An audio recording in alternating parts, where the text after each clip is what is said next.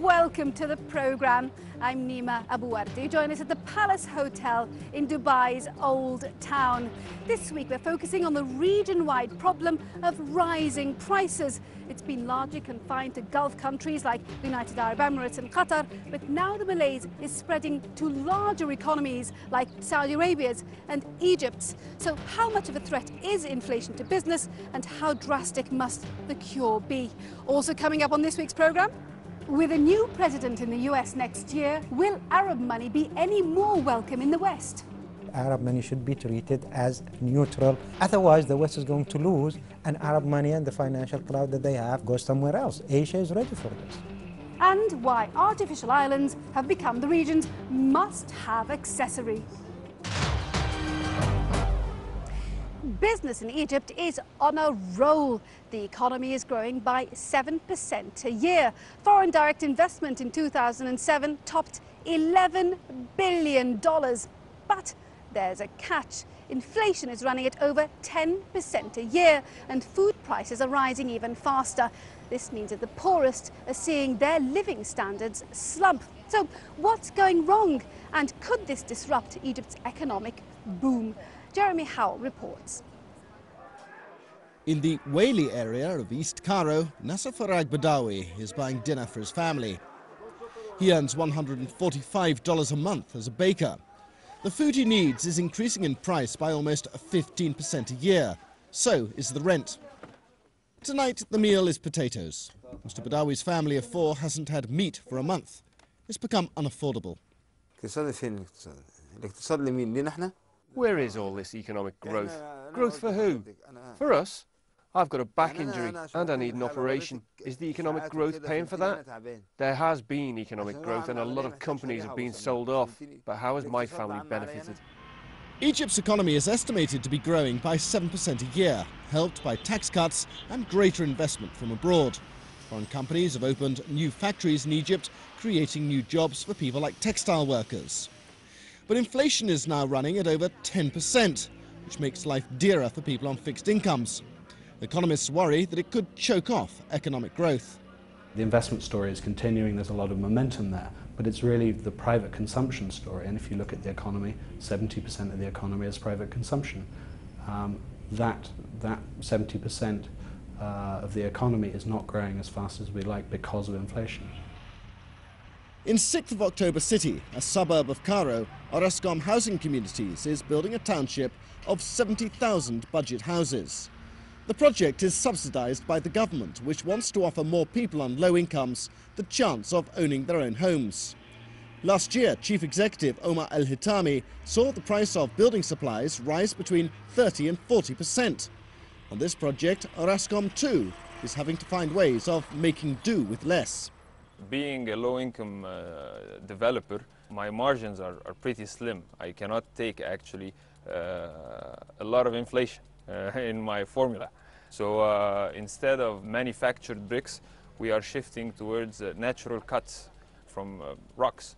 We're trying to minimize the usage of cement and steel rebars as much as possible by, resorting to building techniques like domes for roofing, for instance.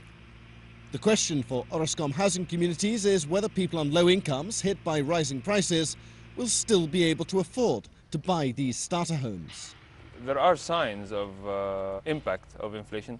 That's natural on some segments of the society. So far, my clients who are officially low income are able to come up with the money and the funds needed to buy my product. So we are in good shape, I believe. The government has been under pressure to increase the minimum wage and this week raised it to $80 a month. Too little, say trade unions. It's also using monetary policy to a limited degree. Last month, the Central Bank of Egypt put up interest rates by 1/4%. A cautious move showing that it doesn't want to add too much to the burden of debt on business. But unlike other Middle East countries, Egypt does at least use interest rates as a weapon with which to fight inflation. Jeremy Howell reporting from Egypt there.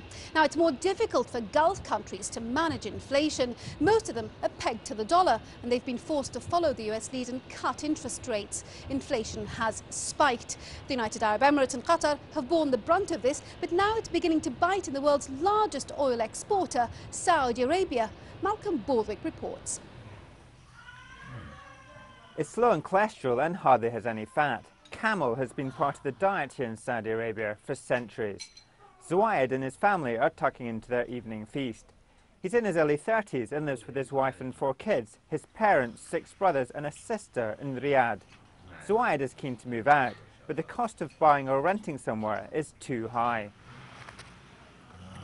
Everything going up, the rent going up, the salary going a little bit up, but it's not going with the raising. It's just 5%, and the rent going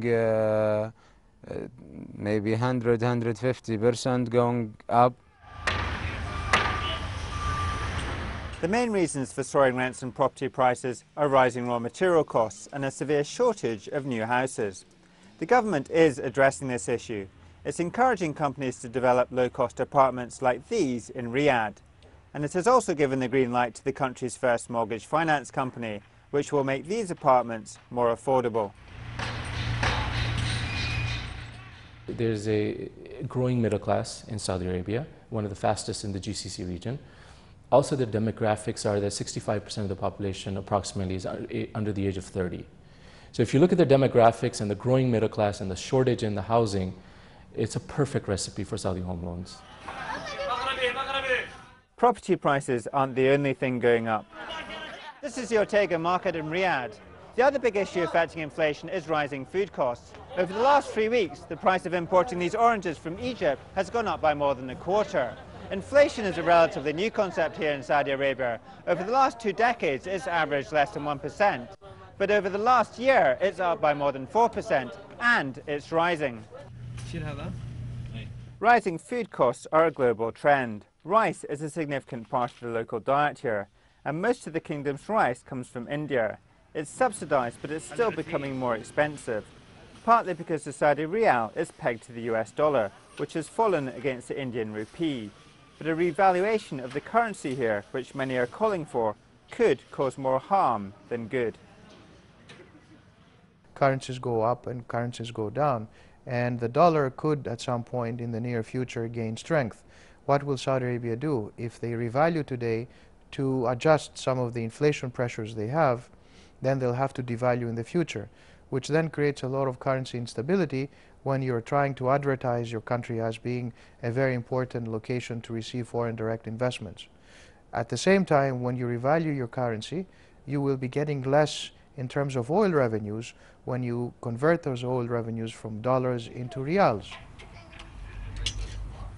So a revaluation is not everyone's cup of tea, though it is on the menu and has been discussed by the king's most trusted advisors. But the old days of zero inflation in Saudi Arabia look to be over for Zuaid and his family. Malcolm Baldwick reporting from the Kingdom of Saudi Arabia there. Earlier, Jeremy Howell spoke to economist at EFG Hermes Monica Malik and political analyst at the Gulf Research Center, Mustafa Al-Ani. He started by asking Monica how seriously Saudi Arabia is taking its inflation problem. I think they're taking it very seriously. They've already come out with a stable of responses. Just last month they came out with a 17-point plan aimed at cutting the impact of inflation. And this was very varied, from increasing wages of the public sector to reducing import tariffs, but it's mostly focusing on the domestic, the subsidy and wage side. It seems as though Saudi Arabia is moving very quickly to negate any type of social or political unease which is associated with inflation. Certainly the Saudi government putting a lot of effort to basically to cushion the impact of the inflation. But the real victim of this inflation is not the citizens. The first line victim is the expatriate, the foreign laborers. And we're possibly going to witness some sort of political unrest in form of strikes, in form of protest, if the government is not taking this problem seriously. Saudi Arabia has moved faster than its GCC neighbours to try and forestall inflation, but there's been no talk of depegging or revaluing against the dollar. Depegging from the dollar, they could fight inflation with interest rates. That's absolutely the case. I think it is important to note that even if you do move away from the dollar peg to a currency basket, you will still have high inflation here because of the domestic issues. However, at the moment, monetary policy has to follow US policy, and we're in very different cycles. The GCC countries are booming, they've got a huge investment drive, interest rates need to be markedly higher, as opposed to the US, which is entering a period of very slow growth and possibly recession, and therefore if you do move away from the peg, you'll get greater monetary policy flexibility. You can set it to your own economic needs, which would be the main advantage. So the GCC states met in Doha in December and decided they weren't either going to depeg or revalue. Do you think there'll be different type of noises this year? Now we have a school saying this is only temporary crisis. We can sit down and wait. The value of the dollar going to improve gradually, and we're only going to think about it in 2010 when we're going to introduce the common currency. So now we have a strong argument that let's forget about dealing with the currency, whether to end the link with the dollar or to raise the value of our currency. Monica, do you think they'll be so laid back? We believe that there's a 60% probability of a change to the currency regime. It's either a revaluation or a move away from the peg in the first half of 2008. And that's particularly, we believe that that's the timing because aggressive interest rate cuts in the US. Are you talking about a revaluation or a depegging amongst GCC states as a whole, or the UAE and Qatar, for example, going it alone like Kuwait did? I think if there's further delays, if the inflationary pressure continues, then we believe the UAE and Qatar would be likely to move. Especially these two countries need the large expatriate labour for their development goals, and with inflation increasing and the dollar weakness, the remittances home and the attractiveness of coming to work in the GCC is greatly eroded, and that's one of the main reasons we believe that there's a need to move away as well. Dr. Elhitamy, you think that inflation could drive off the people who are making the economies work here? I believe if the pressures continue, the inflation pressure, I believe the question of expatriate foreign laborers going to leave the countries, if the governments not take really a very drastic measure to reduce the impact of the inflation, without taking a drastic measure to control inflation, the development plan will be disabled sooner or later. Mustafa Alani and Monica Merlick speaking to Jeremy Howell there. Now, with the West wobbling under the threat of economic recession, will Arab money be any more welcome there? That's after